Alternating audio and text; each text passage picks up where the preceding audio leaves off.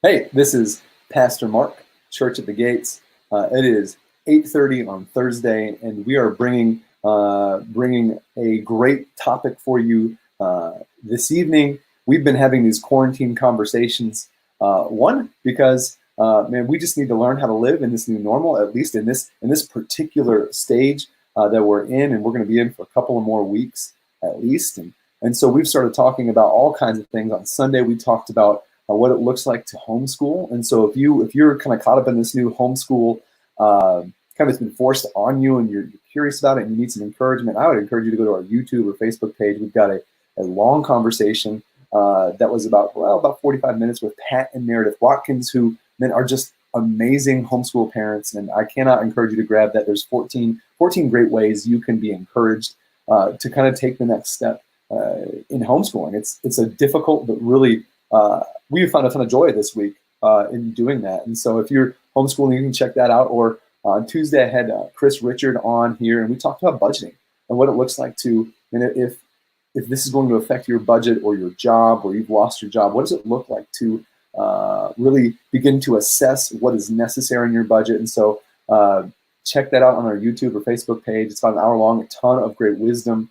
And tonight, we're going to talk with a counselor on how to pandemic-proof your kids. Like, what does it look like for us to really walk with our kids in anxiety and fear? And really, like, we're going to start with us. Like, what does it look like for us to recognize that in ourselves and begin to kind of change the way that we react so that our kids can see that and it kind of flows downhill. But first, I want to encourage you just to, if you are here, will you do us a favor? Will you subscribe to our Facebook page, which has all this content on there, our YouTube channel, which you can grab. It'll give you a notification, or a newsletter if you're curious about what's happening at our church. You go to churchofthegates.org, and you can see all of that at the front page there. And if you are here for the pandemic proofing your kids, and you got questions for our counselor, Maria Lee, just drop them in the comments. We're going to spend some time at the end of this answering whatever questions we can and that you have on this particular issue. Moms and dads, like, it's difficult.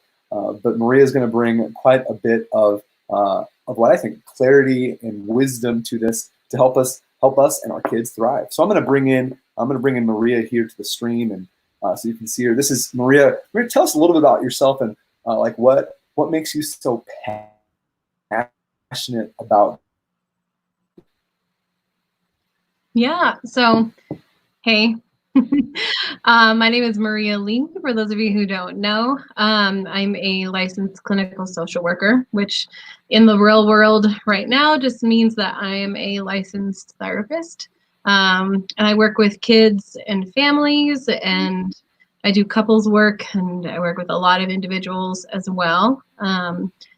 And, I've worked through quite a gamut of fields. I think as you're developing a practice, especially in Montana, where there's so much need across the board, you gain a lot of experience in a lot of areas.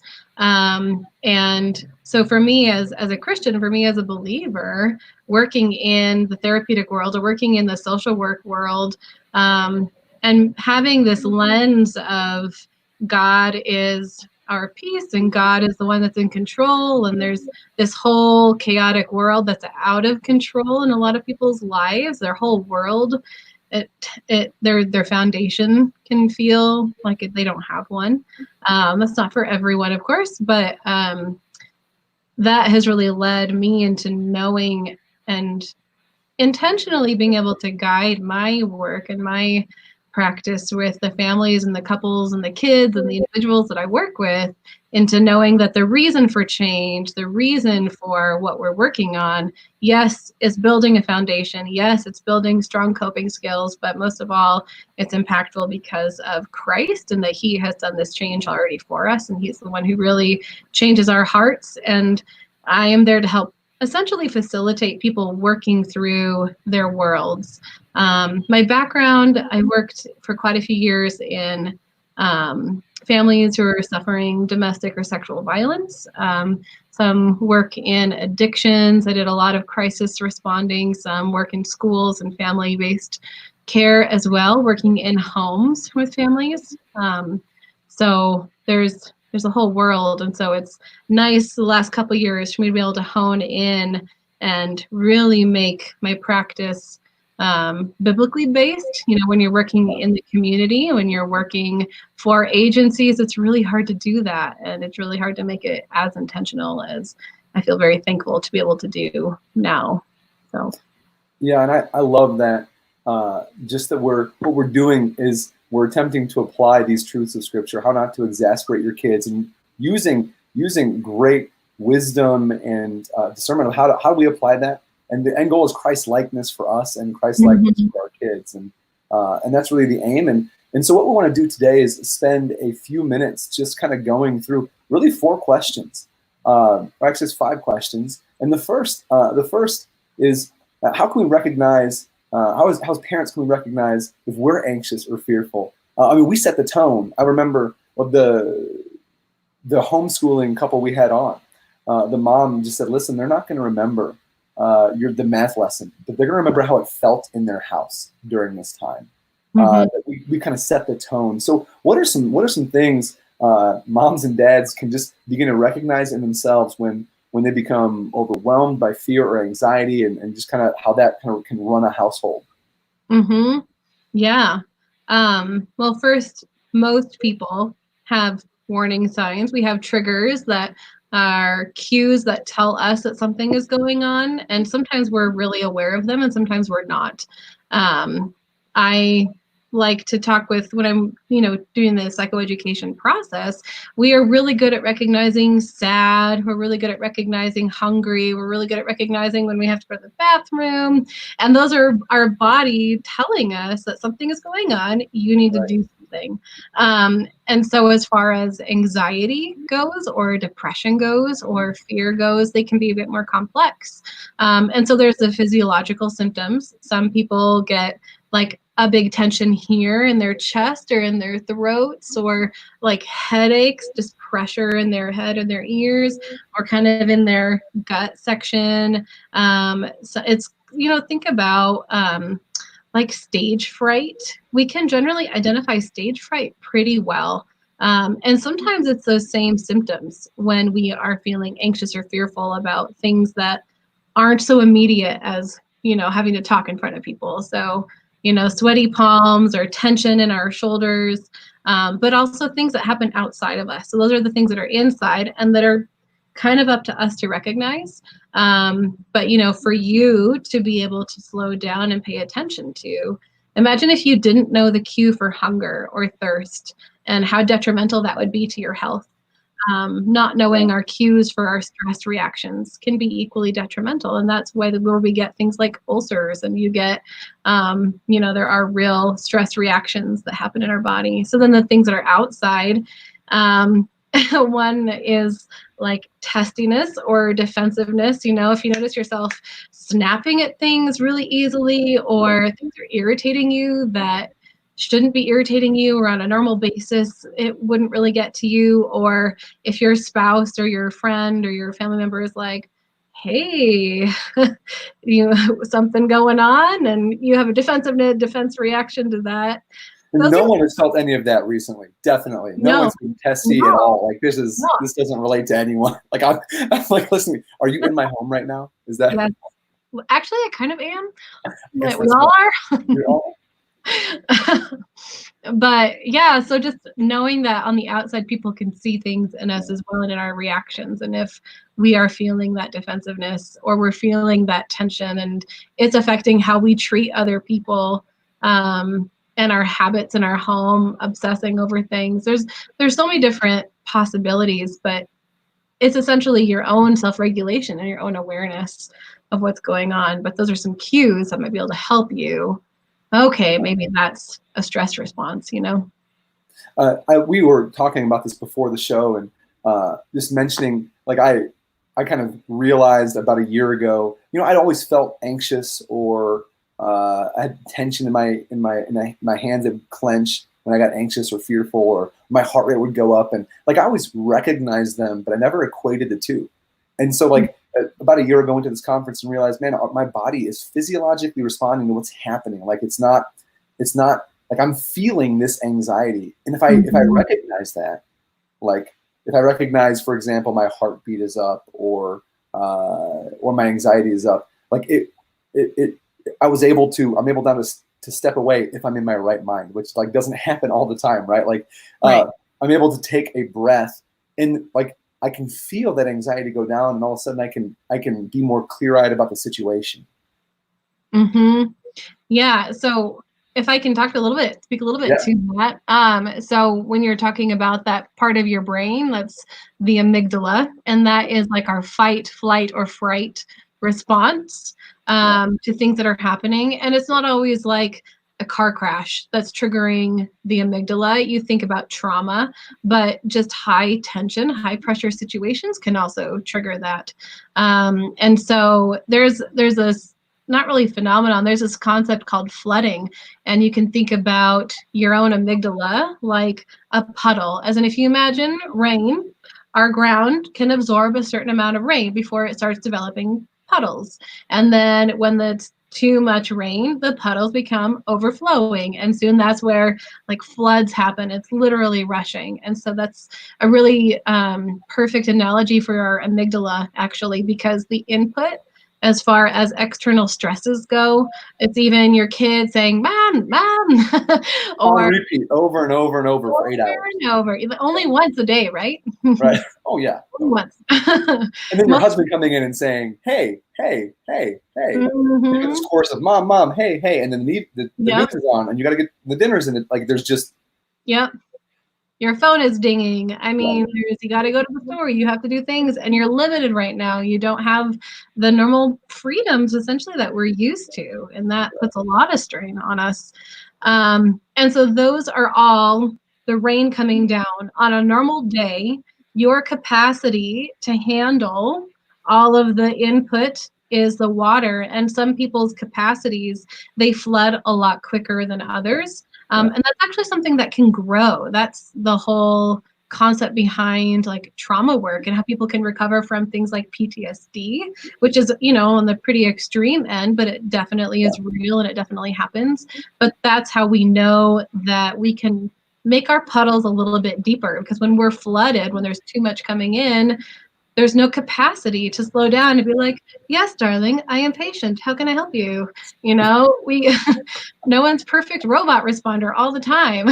right, right, And so knowing what will actually help the amygdala, another thing I use with kids a lot in particular is they know really, really well, I think most people actually do, when they're hungry and they're like, I need me some goldfish now. And their bodies are getting all cranky and they know that their stomachs need food. That cue in their body, they're like, put things in my face or I will destroy something. And so our brains kind of do that too, except it's yeah, oxygen. So our amygdala is literally fed off of oxygen. It streams through our blood filters it out, it feeds our brain, and that is how we're able to release. That's pulling the plug, pulling the drain on the flood, and letting that decompress. And so it's not just like this patronizing thing like, oh, you need to take a deep breath. Like right. they're doing it like that, that is really annoying. But that doesn't mean that it's wrong. There's many a dead husband who have done that poorly. At least a few, I'm sure. You just need to calm down. Like, Just calm down, get over there, take a breath. yeah. So there's real science behind why taking a deep breath really matters. It's literally nourishing your brain and allowing you to respond the way that you'd like to respond. And you're not always able to do that in the moment. Like sometimes you need to step away, there's And I think too, like we've kind of taken a deep dive into yeah. like the amygdala and the limbic system and all this. And from my perspective, when I learned about it, that freed me up to give myself grace. To Mm-hmm. understand God has wired our bodies to connect with this so that we can learn to process like our own brokenness. Like when we talk about processing, things rightly and responding with right coping mechanisms, that's because we're broken and because sin has infected that. And so like the ability for me to recognize like the way God has designed me gives me kind of almost empowers me to like when I'm realizing I'm being flooded, I have the opportunity there to change and at least it's a grace of God. And so we kind of spent a little bit of time here. How can parents recognize if they're anxious or fearful? I want to kind of move on to how can parents recognize when their kids are experiencing anxiety or fear. If as we're going through this, as you're watching, we'd love to hear from you in the comments. Let us know you're here. But also, if you've got questions about certain things or anxious kiddos or how to help them, we keep listening and then put your questions in the comments. Maria will do her best to answer whatever she can. So, Maria, how can parents recognize when their kids are experiencing anxiety and fear? Yeah. It kind of, again, it goes back to that self-awareness and self-regulation. And, we're pretty clear that children, for the most part, don't really have that, or they're really in the learning process. And so if something is going on, say with my son, and he's having a tantrum, and I'm like, oh, what is wrong? He's not able to say, oh, I'm having a stress response. Like, there are not so many clear words. We can't articulate kind of what's going on. Exactly. They can't necessarily articulate. And some might be able to, as in some kids might be able to say, oh, I'm anxious, or I'm afraid, or I'm lonely. And those are some feelings that kids might come up, or they might be really clingy. They want to be around you a lot more. There's a lot of unknown out.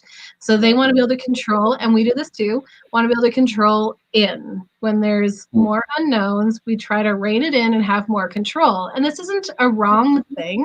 It's just a pattern. Sometimes we try to gain control through the wrong way, though. And so kids, when they're feeling dysregulated or when they start feeling out of control, you might notice behavior changes. You might notice things that just don't feel quite normal. You might not really see anything, and there's a whole range. And it's not like one is the best indicator or not, but being aware of your children. You are your kids' parents. You should hopefully know them best, and you probably do.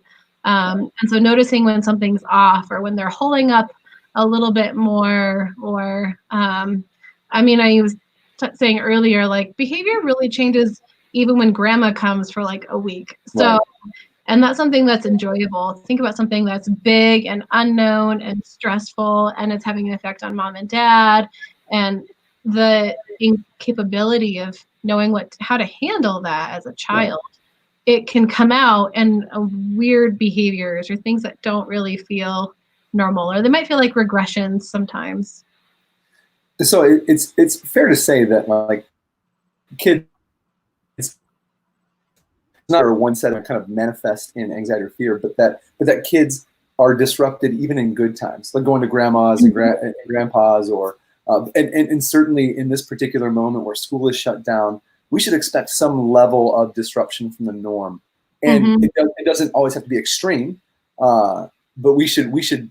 There probably will be likely some small interruptions. Like I was saying offline, that one of my daughters is now just very clingy, and it's picked up in the last 2 weeks, and like she's kind of clinging normally, but like this is I can't change my clothes because I'm afraid to be alone in the room, and it's just all of that. I don't know who's there. This unknown for her that normally is not normal for her, and there could be a ton of other reasons for it. She could just be not wanting to obey, or not wanting to, because that's her too.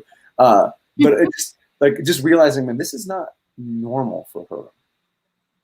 Right. So so if there aren't like a set of things other than just to say be aware of your kids, let's kind of move to the moment here. Should we talk to our kids about the coronavirus? I know you've got this question a couple of times, and I think it's a great one from parents. Like, how much do we want to tell our kids? Do we want to tell our kids anything? We want to say, hey, it's spring break for the rest of your life. Like, what is I would love that. Well, maybe not. Maybe. Yeah, so definitely yes. There's the whole gamut of how much parents prefer to keep from their kids, and how much there's a huge spectrum of oversharing and not sharing at all. And I've had a lot of parents who are really concerned about, well, hey, if I talk to them about it, won't it just make them more anxious? Or they don't need to know that. They're just kids, And to some extent, that's actually kind of true. And that's called screening, as in you don't give a first grader eighth grader material. And it's kind of the Sure. same with this.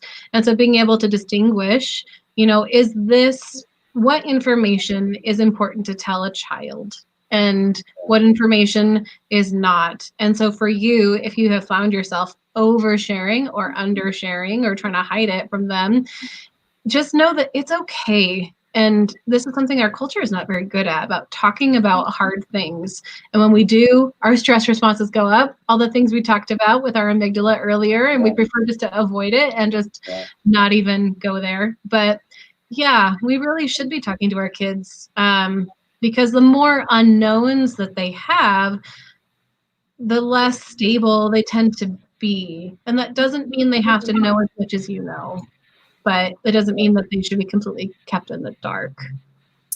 So there's an appropriate level for every age, more or less. Mm-hmm. That's right. You're not going to tell the first grader, we just don't know when vaccines are coming, and it's doubling every 3 days, and but for the eighth grader who can maybe handle a little bit more uncertainty, we can be more frank with.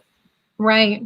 Yeah. I mean, think about, we live in Montana. We have pretty severe weather. We don't just shield our children from it and say, oh, there's a storm outside, we can't go out at all. We have the gamut of protective weather gear. We have so many layers of things to protect ourselves in order to face it, not to just pretend like it's not happening. And so, hopefully we're teaching our children that by the time they're in eighth grade, you still do need a coat, but they might rebel against that, and that is still their own choice. But the goal is to be teaching, this is how to talk about things, and this is how to address it. And that's kind of going into our next question here is, well, what do I even say, Yeah. What do you say to, how do we even talk about this in a way that is right and kind of structured and gives what empowers us to be clear, but also gives them the ability to share how they're feeling, and not be minimized or dismissed or any of that. Yeah. Well, first, parents will tend to notice that something is off. Or I had a couple parents come to me this last week and they were like, oh my gosh, my kid is just afraid and I don't know what to do, And so sometimes we're quick to mother hen, we're quick to protect her, to try to say everything's going to be okay. And again, there is the right time for that. But at first, kids just really need to be heard. And you know what? These are really actual things for all people. When we have something stressful going on, sometimes it's first and foremost just helpful to listen to them and allow kids to say what they think. And even if their thoughts are not entirely correct, like I had one family that was convinced that Donald Trump was giving everyone coronavirus, and there was all these misconstrues in the 6-year-old child who hears all these things and puts it together and spews it out, and the parents are like, what? Where is this coming from? So why is it giving everyone coronavirus for spring break? It doesn't make sense. So hear them out first, no matter how ridiculous it is or how scary it is. Kids are going to be afraid. They know something's going on, and honestly, they're most afraid of you, as in they're afraid of losing you, or they're afraid of losing what they know, and then they're afraid of getting it themselves. And they just need to be heard first, allowing them to be okay with feeling that feeling is really important, without you needing to jump in and solve it right away. I think I have that tendency, I want to solve. I don't want my kids to be fearful. I don't want them to be sad. I don't want them to feel those which is crazy, because I realize when I'm like that, I don't want people to try to tell me not to feel that way or to dismiss it. But the power of just saying, okay, well, how bad could it get? Allowing them to allowing them to trace reality for whatever that would be in their own minds. Right. Yeah. Good. And then the next part would be to share what you feel. Typically it's, I'm afraid too. And that's where the screening comes in. You don't have to go into I'm afraid that we're going to lose our house, and I'm afraid of this thing, and I'm afraid I'm never going to get a job again. Those are the things that you can generally screen out at a certain age. I mean, when kids are too young, but for them to be able to hear, I'm I'm afraid too, or I don't really know either. It is weird. And the word validating is really important here. Is the importance for you to validate what they're feeling is not the same thing as you affirming that what they believe is true. It's just validating that they have feelings and they're allowed to feel that way. And guess what? You have feelings too, and you're allowed to feel that way also. And so I think validating can be misconstrued in our culture. Like, you can feel whatever you want and it's all right. But Right. in reality, validating is, yeah, that's a real feeling. Yep. So the difference between validating and affirming, validating would say, I totally get why you feel that way. And it makes sense as you say it, why you feel that way versus what you're saying is correct. Right. And what you're saying is true. So one, affirmation is the explicit affirmation that something that they're seeing or saying is true, grounded in reality. Mm-hmm. Validation is the ability to say, man, it makes sense why you would feel that way as you're thinking through that. So I mean, that's a helpful distinction that's been for me, because I like, as a pastor, wanting people to have truth and be grounded in that, but also realizing that, man, even in my own life, I need to be affirmed in feeling so I can get to the real truth. Like sometimes that's just part of the process to have someone say, hey, I totally get why you would feel that way. And then I continue talking like, oh, wait, that is why I shouldn't be feeling that way. Like, because that's not true. Right. So And listen, share. Go ahead. Oh, thanks. Oh, just for us to be able to have that wisdom to be able to correct. Sometimes kids don't necessarily have that. And so, yeah. That's good.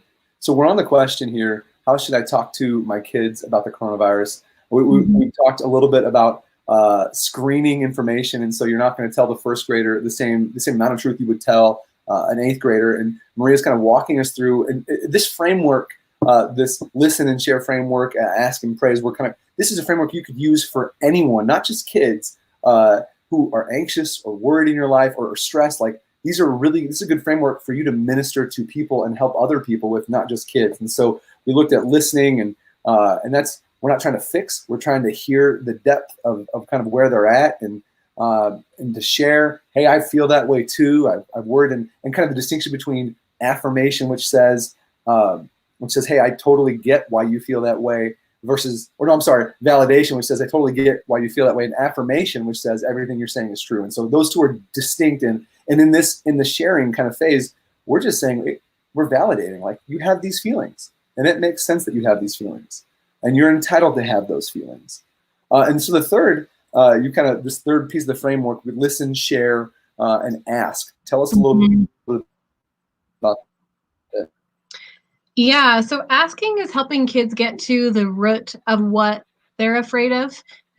Some kids are afraid of boils popping out all over their skin because they have no idea what this virus thing is. As in, there's going to be a whole range of why they're afraid. Sometimes they're afraid, like I said earlier, of losing you, or of the possibility of never going back to school ever again. Kids' fears, as irrational or rational as they can be, are really going to vary. And so when you're able to ask, like, oh, well, what about that are you afraid, or what about that scares you, is really helpful, because then you can kind of figure out, well, where is their fear rooted? And the reason why that's important is because then you can address some of those problems as they come up. And that's where being able to rationalize or correct can be really helpful. Like, oh, well, thankfully, we don't actually have to worry about that. Or we can validate again and say, yeah, that's definitely a real worry, And One of my daughters the other day said, I'm really worried about the coronavirus. I said, well, why? Like, what are you worried about? And she said, well, I'm worried the coronavirus is going to cause an earthquake and our house is going to fall down. I was like, well, it's not getting the earth sick, but I totally get why you would feel that. Like, and it was like, it was a totally, I'm going to tell it at her wedding day. It's a great story, but like, that's totally, like, to me, it doesn't make any sense, but to her, that, like, she was genuinely wondering whether or not an earthquake would come from coronavirus. Right. And, like, so far as I know, that seems impossible. Very, very unlikely. But these are the things that some of our kids are just thinking about, that they've heard about, and they're putting things together in a new way. And being able to ask them is, how are you actually feeling about this is so helpful. Yeah. Well, and then the second part of the ask process is then being able to help them figure out, okay, well, what other things have been scary for you? You know, if kids have been through things like earthquakes, or they have been through sickness, or they have been through other things, it seems like they have survived and they are here now. Yeah. And so the goal of asking what other things have been scary for you, the goal is to lead into asking and really helping them figure out how did they deal with them? Because kids have a lot more coping mechanisms than we think that they do for the most part. You know, kids have ways of helping calm themselves. And so that's the goal, is being like, okay, well, that really helped you. Or, you know, you made it through that. What if you were to able to use part of that right now? You know, what Yeah. if you could use that same skill that you already have, and then you can also add on, okay, well, what if you were able to try this as well? So the asking process is figuring out what they're already doing and what they've been doing that has already helped themselves in the past. That's really good. I mean, it's the, okay, what are you afraid of now? But also, when have you been afraid before? And Mm-hmm. what did you do? Because, I mean, our kids are afraid for a ton of different reasons. Sometimes there's monsters under the bed. Sometimes there's legitimate fear, but they learn to cope in different ways. And Mm-hmm. hearing how they've done that, and I love this suggestion, adding to it. What if you tried this time, to Mm-hmm. help kind of uh, surface these coping mechanisms they've already got. So we've Yeah. got listen, share, ask. There's kind of this progression. There's be quiet and listen. There's kind of share and validate. And then there's ask. This is where we get to say, how are you feeling? And when have you felt like this before? And kind of the last one is pray, which makes sense for me as a believer. Tease that out and kind of how that looks like with our kids, and how to help them trust God with this. Mm-hmm. Yeah, often kids, in regards to fear and anxiety, they really need your leadership as far as prayer goes. Sometimes they Yeah. don't know how to pray about things, and sometimes they don't know how to pray. Sometimes we don't know how to pray. Yeah, right? Yeah, And totally. so, just like the disciples asked Jesus, Yeah, you know, teach teach us how us to how pray. to pray. Yeah, And so, for us to be able to teach our kids how to pray, good. and especially how to pray when we're not there, when you're Yeah, not there, that they know that they can go to God, and that they know that God is still in control, even if mom isn't here to, you know, immediately here. She might be in the other room, she might be at work, or if dad's not here, I can still pray, and God still hears me, and it's still valid. There's no magicalness about just dad praying, even though it's very comforting and it should be a good leadership action in your home. Um, Children should be taught to pray as well. that's great. I mean, I love that we're ending this framework, right? Listen, share, ask, pray. That at the core of what we're trying to do is trying to help our kids see and understand and trust God more. Mm-hmm. And we can shepherd them in that, through this pain and anxiety, shepherd them into a deeper relationship. And frankly, like in this moment, we need people to do that for us, to shepherd us in this fear and anxiety. If we're, on question one, we talked about how can we see, how can we recognize if we're anxious? Well, man, if we recognize that, we need someone to help us. We need someone to listen to us. We need someone to share with us. We need someone to ask. We need someone to teach us how to pray in that moment. Like, it's just, we can't take for granted the power of these type of relationships. Not only that we can have as friends, but also what we get to do as parents, to help lead Mm-hmm. our kids through this. So we've got one last question. What are some other things that help kids during times like these? We've got that great framework: listen, share, ask, pray. What are some other ideas or suggestions that would help our kids kind of deal with anxiety? Mm-hmm.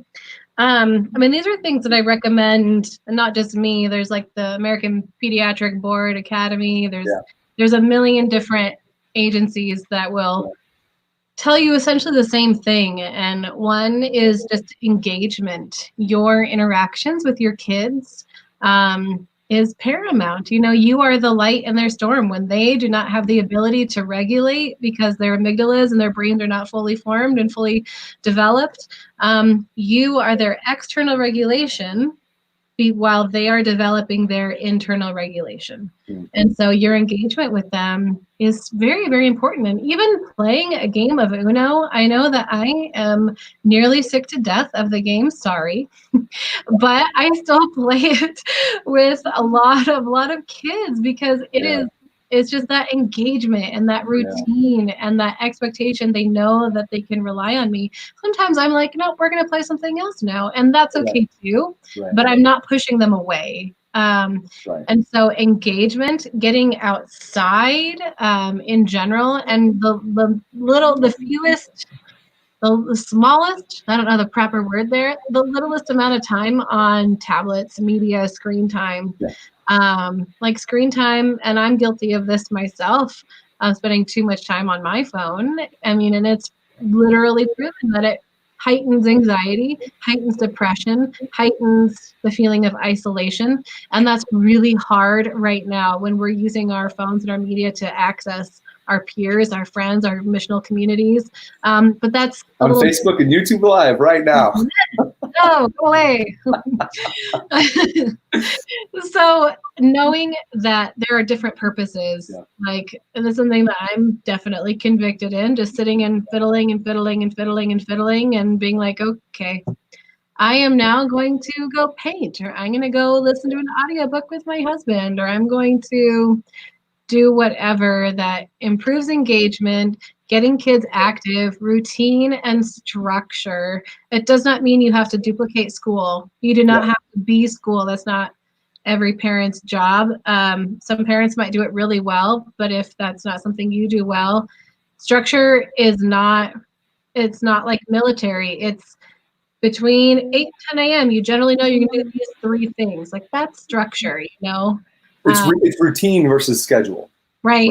Where everything is timed out to the second. There's a routine and flow to the day that they can predictably be a part of.